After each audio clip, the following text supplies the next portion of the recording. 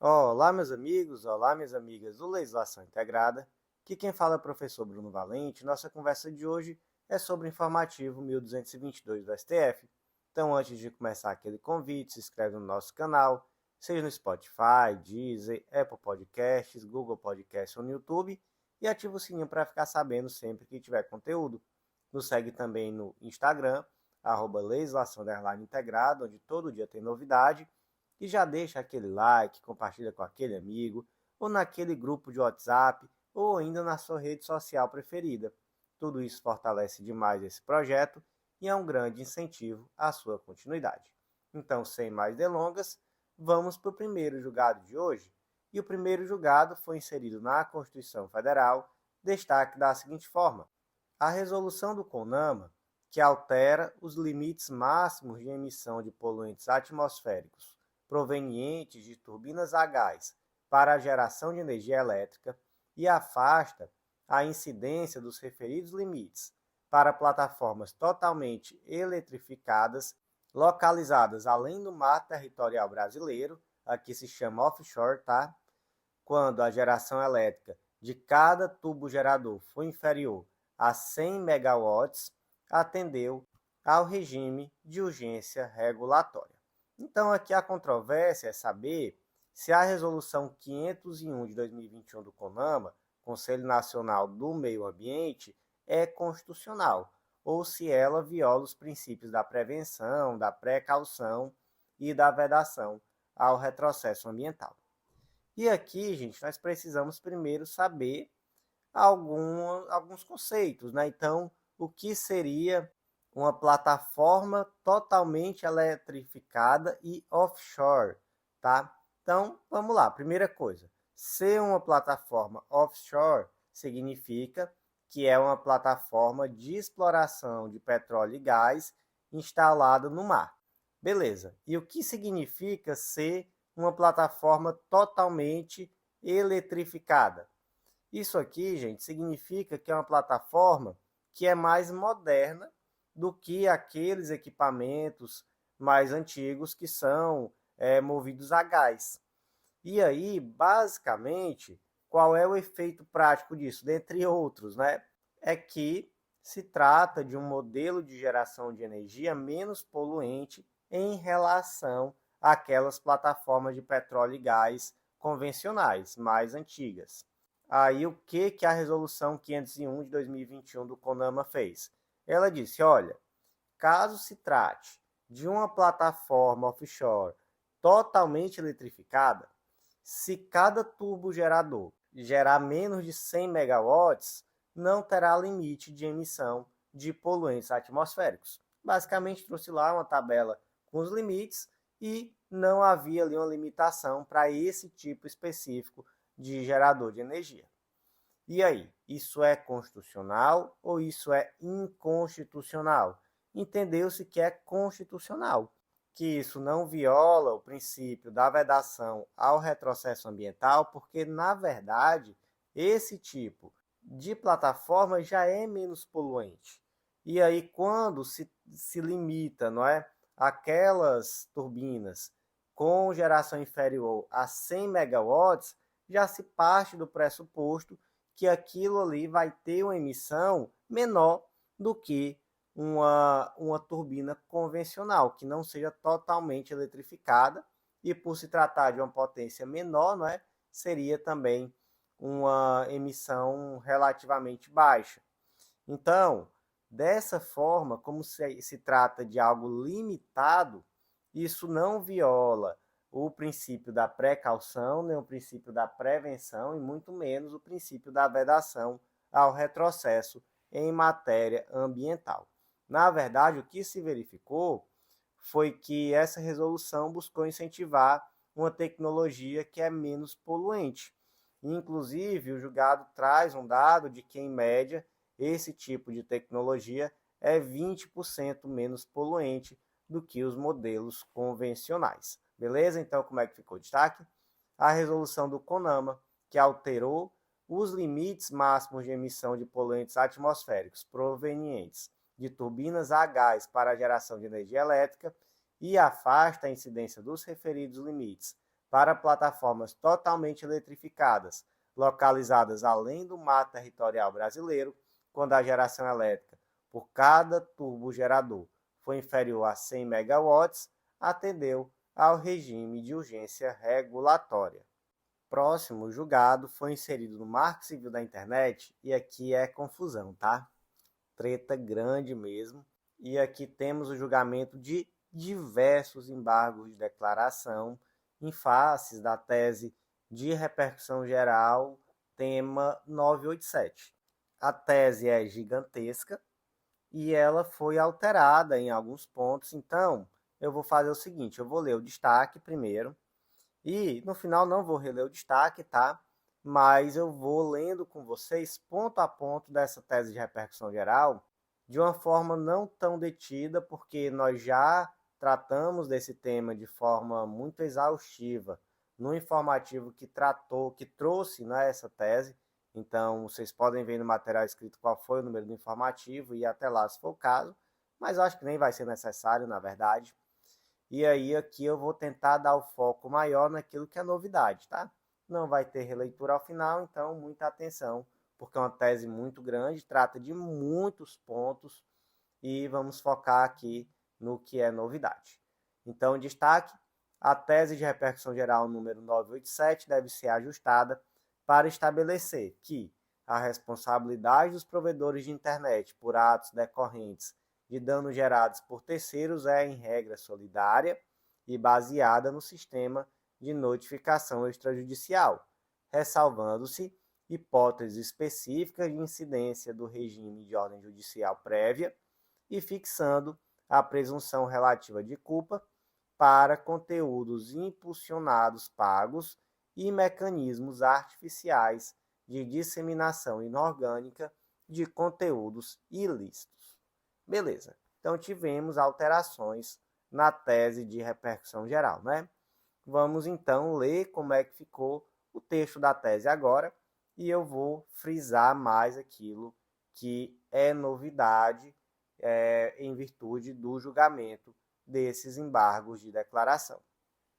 1. O artigo 19 do Marco Civil da Internet, que exige ordem judicial específica para a responsabilização civil de provedor de aplicação de internet por danos decorrentes de conteúdo gerado por terceiros, é parcialmente inconstitucional. Há um estado de omissão parcial que decorre do fato de que a regra geral do artigo 19 não confere proteção suficiente a bens jurídicos constitucionais de alta relevância, como a proteção de direitos fundamentais e da democracia. Então, gente, o Marco Civil da Internet traz dois sistemas diferentes, né? O sistema que é a regra, que é o do artigo 19, que é aquele que determina que o provedor de aplicação só pode ser civilmente responsabilizado por uma publicação de um terceiro, caso ele deixe de remover aquele conteúdo após uma ordem judicial específica. E nós temos o sistema do artigo 21, que é o sistema do Notice and Takedown, que determina que é necessária a retirada imediata após a notificação do usuário que esteja sendo prejudicado pelo conteúdo, mas o artigo 21 é extremamente restrito. Ele trata tão somente daquelas cenas de nudez que foram produzidas de forma privada. Então, não trata nem, em tese, né, daquela situação da cena de nudez que foi produzida de forma comercial, por exemplo. Tá? Tem que ser realmente aquela cena de nudez que foi produzida de forma privada, mas um terceiro acabou dando publicidade de forma indevida. Tá? Nós agora temos um entendimento, já antes, né, desse embargo de declaração, de que o artigo 19, que exige a ordem judicial específica, ele é parcialmente inconstitucional. O motivo é que existiria uma proteção insuficiente, tanto a direitos fundamentais quanto à democracia. Então, em virtude dessa omissão parcial, é que o STF detalhou aqui o tema 987 e muita coisa mudou, né? Desde que esse tema foi editado e agora temos algumas pequenas alterações. Então, 2. Interpretação do artigo 19. Enquanto não sobrevier a nova legislação, o artigo 19 deve ser interpretado de forma que os provedores de aplicação de internet estão sujeitos à responsabilidade civil, ressalvada a aplicação das disposições específicas da legislação eleitoral e os atos normativos expedidos pelo TSE. 3. O provedor de aplicações de internet será responsabilizado civilmente de forma solidária, nos termos do artigo 21 do Marco Civil da Internet, pelos danos decorrentes de conteúdos gerados por terceiros em casos de crimes ou atos ilícitos, sem prejuízo do dever de remoção do conteúdo, salvo se demonstrada dúvida razoável quanto à ilicitude, após análise de diligência qualificada por parte do provedor de aplicações. Então aqui vocês já perceberam uma mudança muito grande, né? Muito grande mesmo, que é o de que o artigo 21 vai ser aplicado sempre que tiver indício de crime ou ato ilícito. Então, acabou esse negócio de ser só cena de nudez, de caráter privado. Não. Qualquer publicação que incite crime ou algum tipo de ilicitude, ela vai estar subordinada ao artigo 21 do Marco Civil da Internet. Então, não precisa de ordem judicial específica e, bastando uma notificação extrajudicial, é possível que o provedor de aplicação seja responsabilizado de forma solidária. Beleza? 3.1. Aplica-se a mesma regra da responsabilidade solidária nos casos de contas denunciadas como não autênticas. Então, aqui é aquela situação que alguém cria, por exemplo, um perfil fake seu. Infelizmente, é algo que acontece de forma muito recorrente, né? Muitas empresas e muitas pessoas sofrem com isso, e também se aplica aqui agora o artigo 21 do Marco Civil da Internet e a responsabilidade solidária. Gente, nesses pontos, tá? 3.1, 3.2, 3.3, consta o nome dos ministros que foram voto vencido. Mas aí quem quiser aprofundar nesse nível, tá lá no material escrito, tá? 3.2. Nas hipóteses de crime ou ato ilícito civil contra a honra, aplica-se o artigo 19 do Marco Civil da Internet, sem prejuízo da possibilidade de remoção por notificação extrajudicial. Aí aqui é que nós temos, meio que uma distinção em relação à regra, com a finalidade de quê? De proteger a liberdade de expressão. Então, a regra é que, sendo crime, haverá a aplicação do artigo 21 do Marco Civil. Mas, se for crime contra a honra, ou mesmo ilícito civil contra a honra, aí não, tá? Aí aplica o artigo 19, então o provedor de aplicação só vai ser responsabilizado havendo ordem judicial específica. 3.3.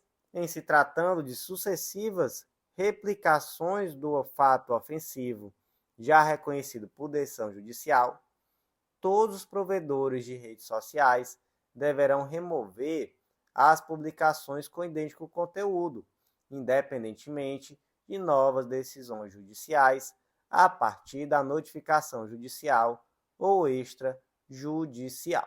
Então, aqui acaba aquele debate que era o de que os provedores de aplicação sustentavam que cada vez que se buscasse retirar um determinado conteúdo, era necessário uma nova ordem judicial indicando especificamente o link, a URL daquele conteúdo. E aqui o STF, diz que não é necessário uma nova ordem judicial. Se já uma ordem judicial determinando a remoção do conteúdo, caso ele seja replicado, basta que haja uma nova notificação, seja judicial ou extrajudicial, beleza?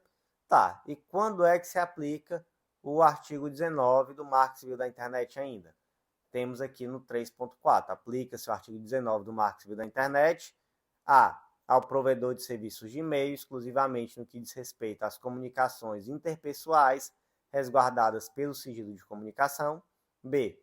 Provedor de aplicação cuja finalidade primordial seja a realização de reuniões fechadas por vídeo ou voz. C. Provedor de serviços de mensageria instantânea, também chamadas de provedores de serviços de mensageria privada, exclusivamente no que diz respeito as comunicações interpessoais resguardadas pelo sigilo de comunicação e D, a outros provedores de aplicação de internet que não possuam interferência no fluxo comunicativo e informacional. Ou seja, gente, quando se tratar de uma conversa privada, seja via e-mail, via WhatsApp, via Telegram, uma reunião via Google Meet, você vai aplicar o artigo 19 do Marco Civil da Internet. Beleza? Então, se for ler uma conversa privada, aplica o artigo 19 e não o artigo 21. Presunção de culpa. 4. A presunção relativa de culpa do provedor de aplicação de internet em caso de conteúdo ilícito, quando se tratar de anúncios e impulsionamentos pagos ou mecanismos artificiais de disseminação inorgânica de conteúdos ilícitos. Nessas hipóteses, a responsabilização poderá se dar independentemente de notificação. Os provedores ficarão excluídos de responsabilidade se comprovarem que atuaram diligentemente e em tempo razoável para tornar indisponível o conteúdo. Então, aqui é um dos pontos que foi esclarecido agora nesse embargo de declaração. Quando se tratar de anúncio, não é de algo que é impulsionado, de um mecanismo artificial de disseminação de conteúdo ilícito, que não seja orgânico, né? Então é algo impulsionado, aí existe uma presunção relativa de culpa do provedor de aplicação da internet.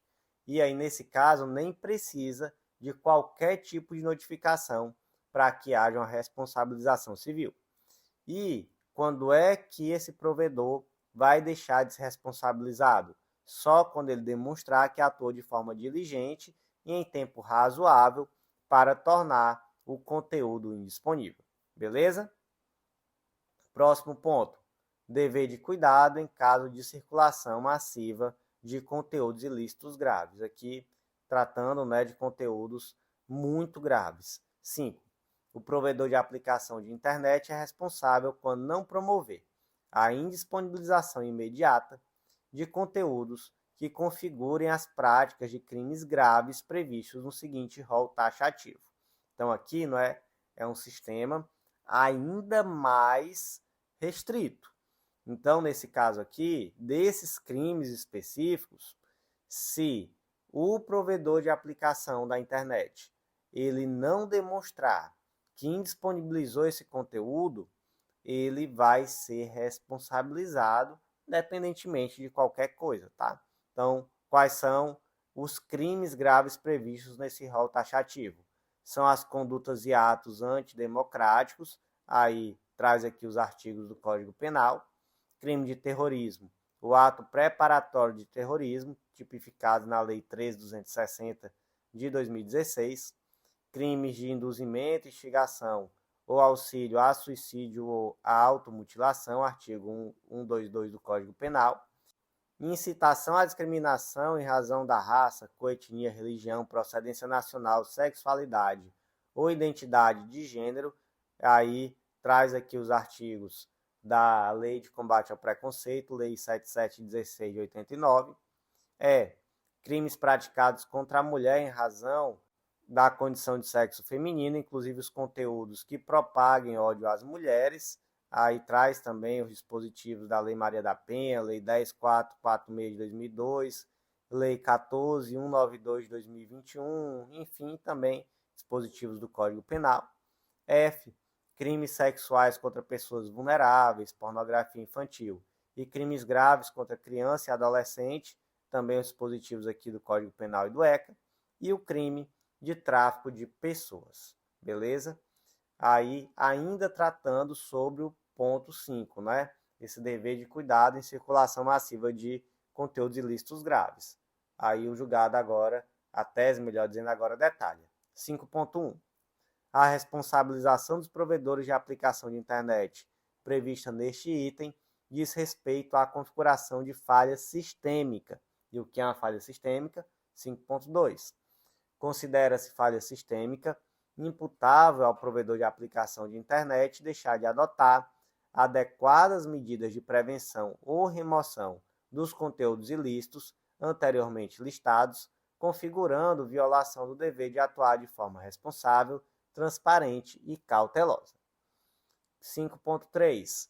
Consideram-se adequadas as medidas que, conforme o estado da técnica, forneçam os níveis mais elevados de segurança para o tipo de atividade desempenhada pelo provedor. 5.4.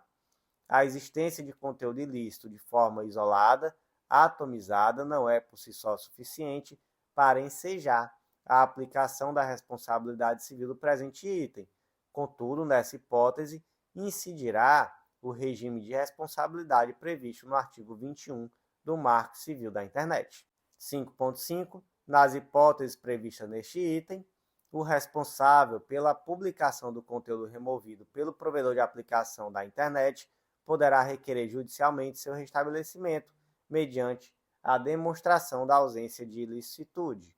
Ainda que o conteúdo seja restaurado por ordem judicial, não haverá imposição de indenização ao provedor. 5.6. Na hipótese do item 5 da presente tese, o provedor de aplicação de internet ou responsável pela publicação do conteúdo poderá requerer judicialmente também tutela provisória com o objetivo de impedir a retirada do conteúdo.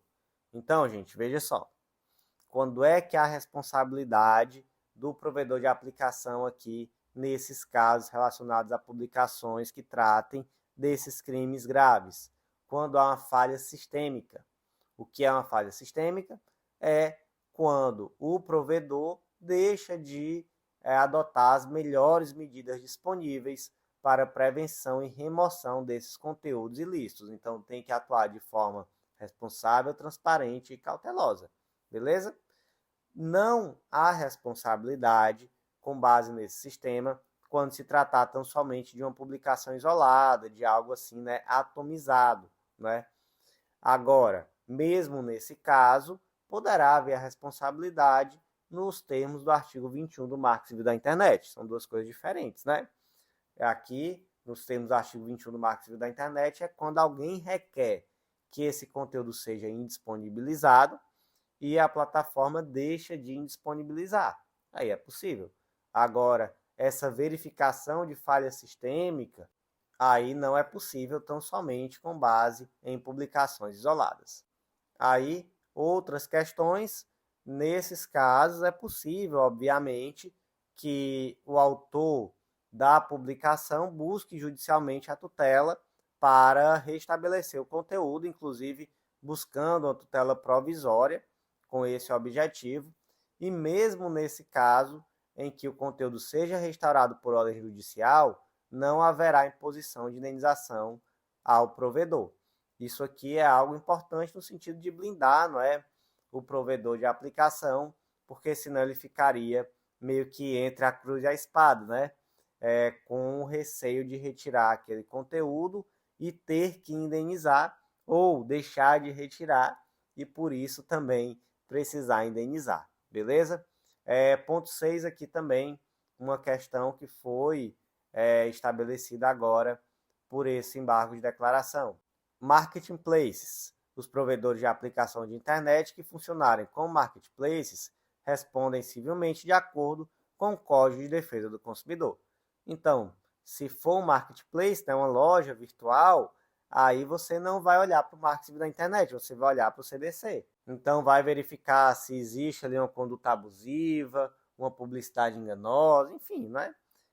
Um defeito do serviço, e aí a responsabilidade civil vai seguir essa lógica, e não a lógica do Marco Civil da Internet. Deveres adicionais. Ponto 7.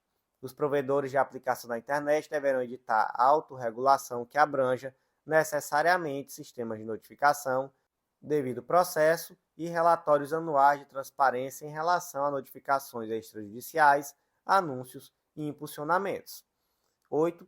Deverão igualmente disponibilizar a usuários e a não usuários canais específicos de atendimento, preferencialmente eletrônicos, que sejam acessíveis e amplamente divulgados nas respectivas plataformas de maneira permanente. 9. Tais regras deverão ser publicadas e revisadas periodicamente de forma transparente e acessível ao público. Esses pontos todos, tá? tivemos como vencidos os ministros André Mendonça e Nunes Marques. Ponto 10. Os provedores de aplicação na internet, com a atuação do Brasil, devem constituir e manter sede de representante no país, cuja identificação e informações para contato deverão ser disponibilizadas e estar facilmente acessíveis nos respectivos sítios. Essa representação deve conferir ao representante, necessariamente pessoa jurídica com sede no país, plenos poderes para a. Responder perante as esferas administrativa e judicial, b. Prestar às autoridades competentes informações relativas ao funcionamento do provedor, às regras e aos procedimentos utilizados para a moderação de conteúdo e para a gestão das reclamações pelos sistemas internos, aos relatórios de transparência, monitoramento e gestão de riscos sistêmicos, às regras para perfilamento de usuários, conforme o caso, e veiculação de publicidade e impulsionamento remunerado de conteúdos. C. Cumprir as decisões judiciais. E D. Responder e cumprir eventuais penalizações, multas e afetações financeiras em que o representado incorrer, especialmente por descumprimento de obrigações legais e judiciais.